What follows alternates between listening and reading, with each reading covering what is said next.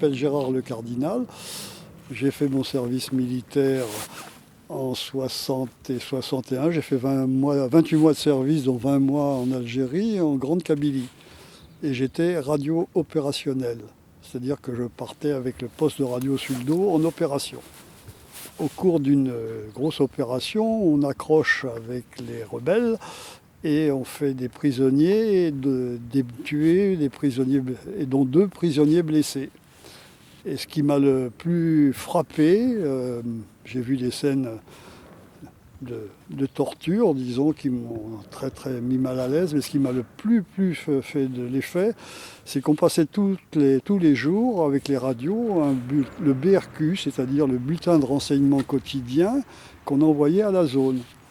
Et peut-être 3-4 jours après l'opération où on avait fait ces prisonniers blessés, c'était à mon tour de porter une copie du message dans lequel on disait un tel et un tel, je ne me souviens plus des noms, sont morts des suites de leurs blessures.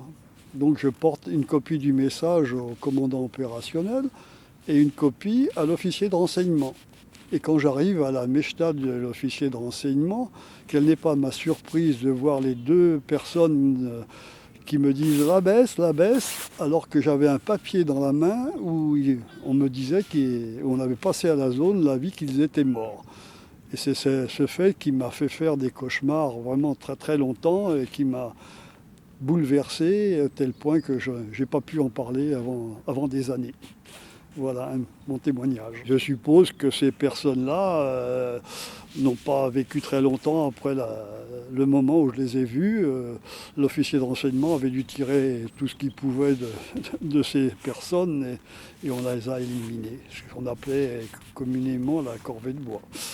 Alors, la corvée de bois, c'est-à-dire qu'on dit aux prisonniers qu'on a entre les mains, tu es libre et on le laisse partir et on l'exécute de quelques balles dans le dos, quoi. C'est ce qu'on appelait la corvée de bois en Algérie.